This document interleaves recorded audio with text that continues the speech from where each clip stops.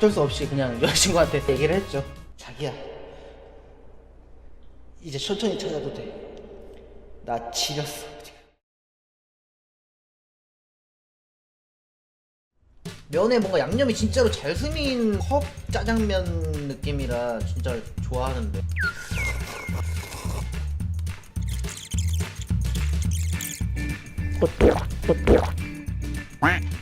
야, 이거 오줌이 아니고 얘들아, 비타민, 발포 비타민, 짜장범벅. 이거는 또 똥색깔이라서 좀 그러네. 나도 그렇게 생각하기 싫은데 니들이 그렇게 얘기를 했잖아. 이걸 먹는데 오줌이 자꾸 머릿속에 생각나. 그리고 이거를 먹는데 좀 은가가 자꾸 생각나. 야, 응가 하니까 내가 썰을 하나 잠깐 풀어줄게. 올해 초에 베트남에 놀러 갔다 왔는데 여자친구랑 같이 막 이것저것 막 안 먹었던 음식들도 많이 먹고, 또 밤에 또 이제 맥주 한두 캔 이제 따고서 꼴깍꼴깍 하고선 막 그러고선 뭐 하루 종일 많이 먹었어. 그러다 보니까 속이 조금 이제 맥주 때문에 그런지 하루 종일 내가 안 먹어봤던 음식들을 먹었는지 모르겠는데 아침에 자고 일어났는데 속이 너무 안 좋은 거야. 그 있잖아, 이거 방구를 끼면은 이거 100% 지리는 컨디션이다. 느낌 알지 너네? 뭐 어떤 건지.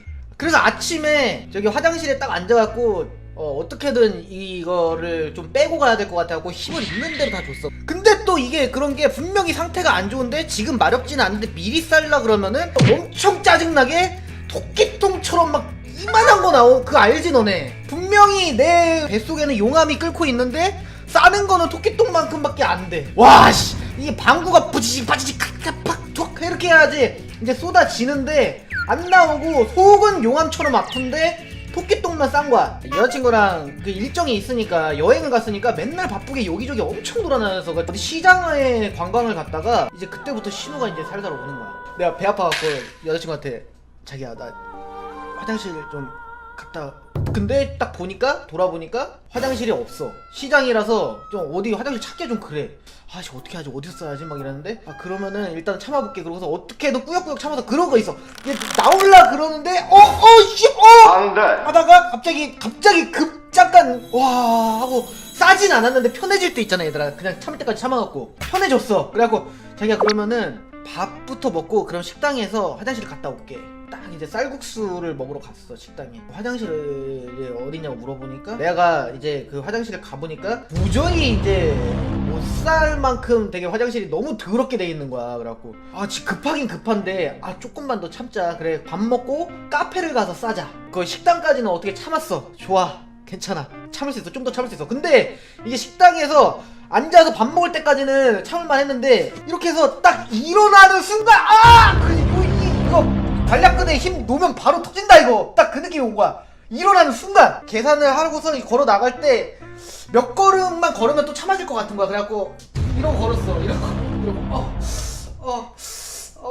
우리 여자친구가 그렇게 급하니? 그래서 많이 급하다고, 지금 죽을 것 같다고 카페를 찾아보자. 나 지금 진짜로 싸기 일보 직전이다. 이제 여자친구는 이제 룰루랄라 가는데 나는 이제 속이 안 좋아가지고 걷기는 걷는데 이렇게 걷는 게 아니고 여기는 딱 붙이고 여기만 걷는 거 있지 얘들아. 이러고서 걸었어. 너무 힘들어가지고. 아이씨, 신호등 앞에 이제 딱 섰어. 움직이기라도 할 때는 괜찮은데 가만히 서 있으니까 신호가 더 오는 거야. 와, 근데 방구가 나올라 그래.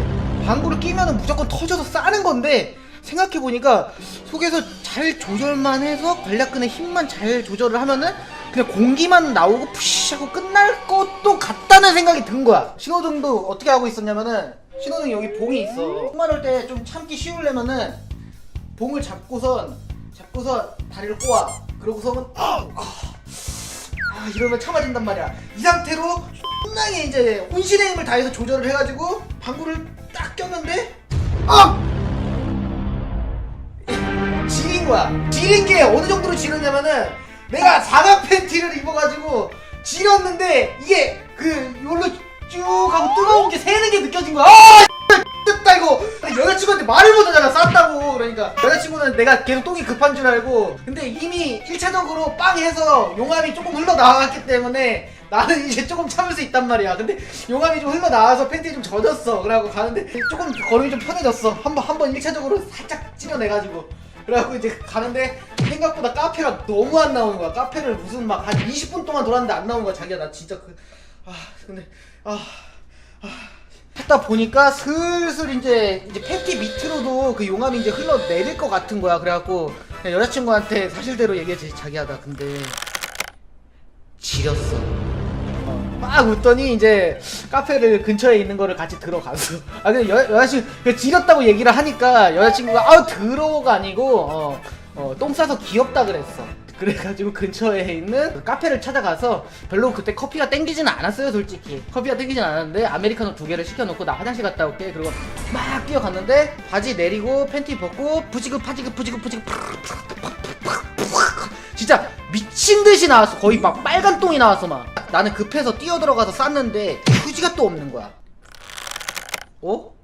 팬티를 이제 벗어가지고 용암이 안 묻은 쪽으로 해서 이러고 닦았어. 그리고 몇 번 닦으니까 이게 용암이 너무 질퍽해가지고 이게 몇 번 닦는 걸로 안 되는 거야.